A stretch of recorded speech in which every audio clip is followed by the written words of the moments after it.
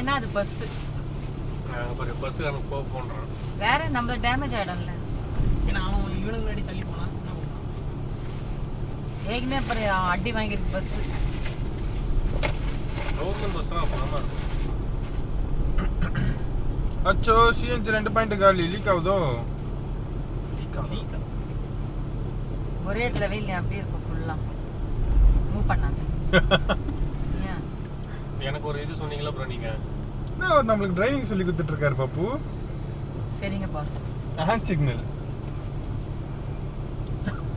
நம்ம ஓபன் பண்ணி அங்க ஒரு காரை பாரு. ஓ சோ அதுதான் பாப்பு சம்பவம் ஆயிடுத்துக்குது. Oh my god. Oh my God.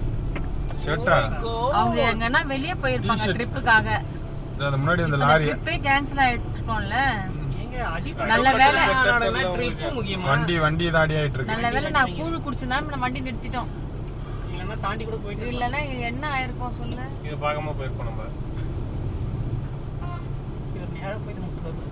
என்ன லாரி ஆல்றாங்களா மனுஷங்க ஆல்றாங்களா? அந்த வண்டி எடுக்கறாங்க வண்டி தூக்குறாங்க. இப்போ யாருன்னா என்ன ஆச்சுன்னு கேக்கலாம். என்ன வண்டிடா அது? வெர்டிகா. அப்போ ஒண்ணா இல்ல. XL6 ஒண்ணியா இருக்காதா? அதுல தான் அடி வாங்குவாங்க.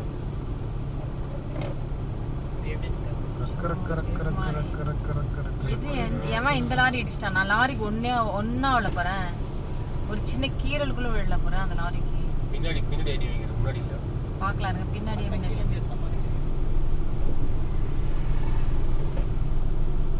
ஏய் ஒண்ணாவல போ லாரிக்கு லைட்டா பிரஸ் ஆயிருக்கு. கீழ எங்கடா? அது உடைஞ்சிருச்சு பாருங்க ஸ்டீரிங் ராட். ஆமா. கிளைம் பண்ணிருப்பாங்களா? யார் மேல மிஸ்டேக்? ஐயோ ஃபேமிலி.